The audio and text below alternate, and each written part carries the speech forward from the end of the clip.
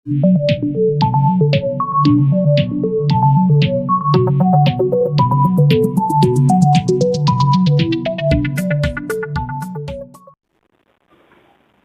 Students, concepts of physics में आपका स्वागत है। अब हम लोग 12th क्लास का second unit current electricity study करेंगे और इस यूनिट में सबसे पहला टॉपिक है इलेक्ट्रिक करंट। देखिए, करंट का मतलब होता है धारा। पहले डेफिनेशन को समझ लें कि the rate of flow of charge through a conductor is called electric current. It is denoted by I. तो ये कहने का मतलब क्या है उसको थोड़ा यहां समझ लें कि कोई कंडक्टर है, मान लीजिए इसको पोटेंशियल डिफरेंस से किसी बैटरी से जोड़ दिया गया, तो इस कंडक्टर के किसी भी सेक्शन से पर यूनिट टाइम कितना चार्ज क्रॉस कर रहा है उस अमाउंट को हम लोग करंट कहते हैं। यानी मान लीजिए टी टाइम में क्यू चार्ज पास करता है तो हम लोग कहेंगे करंट है क्यू बाई टी। तो इलेक्ट्रिक करंट यानी कि चार्ज की धारा। करंट तो ऐसे हम लोग नदी में जो पानी की धारा है उसको भी करंट कहते हैं, लेकिन वो वाटर करंट हो गया। ये इलेक्ट्रिक करंट है यानी चार्ज की धारा, यानी किसी भी क्रॉस सेक्शन से पर यूनिट टाइम कितना चार्ज फ्लो कर रहा है। तो आगे लिखे हैं, if q charge flows in a time t through any section of a wire then I is equal to q by t. अब आगे समझें, मान लीजिए चूंकि चार्ज के रूप में तो इलेक्ट्रॉन बहता है, मान लीजिए टी टाइम में n इलेक्ट्रॉन फ्लो किए और एक इलेक्ट्रॉन पे चार्ज होता है E। तो देखिए, if n electrons cross any section of the conductor in time t then the total charge passed. तो टोटल चार्ज कितना हुआ? एक इलेक्ट्रॉन अगर पास करेगा तो चार्ज हो गया E और n इलेक्ट्रॉन पास हुए कंडक्टर से t टाइम पर तो टोटल चार्ज हो गया Ne। तो the electric current is given by I is equal to जो Q बाई टी होता है, Q के जगह पर Ne रखा और बाई टाइम t। अब देखिए, अब यूनिट की बात करें तो चार्ज का यूनिट होता है कूलम और टाइम का यूनिट होता है सेकंड। तो अब इसके नीचे लिखेंगे the SI unit of electric current is coulomb per second. Coulomb per second यानी कूलम सेकंड इनवर्स लिख सकते हैं और एम्पियर, और ब्रैकेट में कैपिटल ए। एम्पियर को डिनोट करते हैं कैपिटल ए से। ये बहुत कुछ आप 10th में भी पढ़ चुके हैं, इतना नोट करें। फिर अगले टॉपिक पर हम लोग आते हैं। अब देखिए, एक बड़ा ही इंपॉर्टेंट और कंसेप्चुअल टॉपिक है ड्रिफ्ट वेलोसिटी। किसी कंडक्टर के अंदर जो इलेक्ट्रॉन जिस वेलोसिटी से फ्लो करते हैं उसको ड्रिफ्ट वेलोसिटी कहते हैं। यानी इलेक्ट्रॉन ड्रिफ्ट करते हुए कंडक्टर में फ्लो करते हैं जब हम लोग उसको, यानी कंडक्टर के क्रॉस जब कोई पोटेंशियल डिफरेंस अप्लाई करते हैं, यानी किसी सेल से हम लोग उसे जोड़ते हैं। तो इसका मतलब समझें। पहले तो एक चीज जान लें, आपने 11th क्लास में काइनेटिक थ्योरी ऑफ गैसेस पढ़ा है। उसमें पढ़ाया गया था कि जैसे किसी वेसल में कोई गैस बंद हो तो कुछ ना कुछ तो टेम्परेचर है ही, तो इसके गैस मॉलिक्यूल्स रैंडम मोशन में होते हैं। कोई मॉलिक्यूल इधर जा रहा है, कोई उधर जा रहा है, हर मॉलिक्यूल रैंडम मोशन में होते हैं। और ये इस रैंडम मोशन में चलते चलते तब तक स्ट्रेट लाइन में चलते जाते हैं जब तक से कि एक मॉलिक्यूल का दूसरे मॉलिक्यूल से टक्कर ना हो जाए।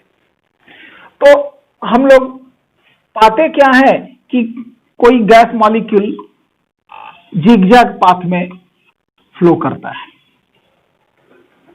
ब्राउनियन मोशन भी आप लोग पढ़े हुए हैं क्लास 9 से ही। इसी प्रकार किसी कंडक्टर में कैसे करंट बहता है उसको हम लोग समझेंगे। इसे मैं मिटाता हूं।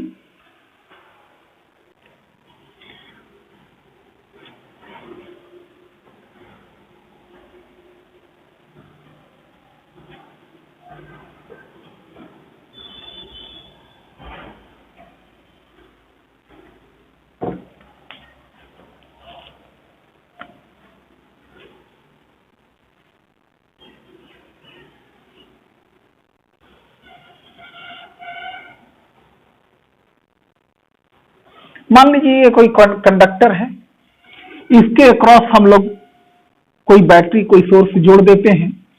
मान लीजिए इसके फेस ए को हमने पॉजिटिव टर्मिनल से जोड़ा है, तो इस फेस पर पॉजिटिव चार्ज हमने दिखा दिया, इस पर नेगेटिव, यानी इसको हमने जोड़ा है बैटरी के पॉजिटिव टर्मिनल से और इसको जोड़ा है बैटरी के नेगेटिव टर्मिनल से, फेस बी को। तो क्या होगा, पहले तो जान ले, जब हम लोग कोई पोटेंशियल डिफरेंस नहीं अप्लाई किए रहते हैं तब क्या होता है। ये कोई कंडक्टर है, इसके अंदर फ्री इलेक्ट्रॉन्स होते हैं। आपको ये जानना चाहिए कि कंडक्टर्स के अंदर में इलेक्ट्रॉन्स फ्री होते हैं, जबकि इंसुलेटर्स में और सेमीकंडक्टर्स में ऐसा नहीं होता है।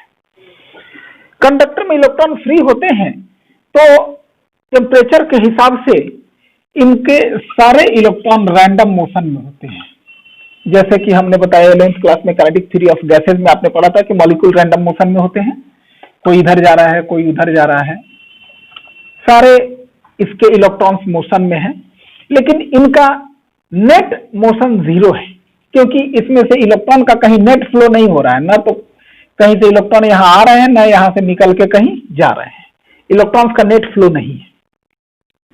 लेकिन जैसे ही हम लोग इस कंडक्टर को किसी सोर्स के अक्रॉस जोड़ते हैं तो उन इलेक्ट्रॉन्स को एक नेट मोशन मिल जाता है।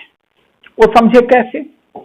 जैसे मान लीजिए इलेक्ट्रॉन पहले से अपना थर्मल, इलेक्ट्रॉन का जो बिना पोटेंशियल डिफरेंस अप्लाई किए जो मोशन है उसको थर्मल मोशन कहते हैं। तो इलेक्ट्रॉन अपना थर्मल मोशन में ऐसे है, और जैसे ही आप पोटेंशियल डिफरेंस अप्लाई करते हैं तो इसको मान लीजिए जाना इधर था, तो पॉजिटिव टर्मिनल और नेगेटिव टर्मिनल से जोड़ने के कारण इसमें इलेक्ट्रिक फील्ड का डायरेक्शन पॉजिटिव से नेगेटिव की ओर इस तरफ हो गया, और इलेक्ट्रॉन नेगेटिव चार्ज होता है, तो नेगेटिव इलेक्ट्रॉन पे फोर्स जो लगेगा opposite to the electric field लगेगा, और इस प्रकार ये इलेक्ट्रॉन यहां न जा करके ये धीरे धीरे धीरे धीरे ड्रिफ्ट होकर यहां पहुंच जाता है। यानी इलेक्ट्रॉन के पास अपना थर्मल मोशन था इधर जाने का, लेकिन ड्यू टू इलेक्ट्रिक फील्ड से अपोजिट डायरेक्शन में इलेक्ट्रॉन पे फोर्स लगता है और यहां पहुंच गया।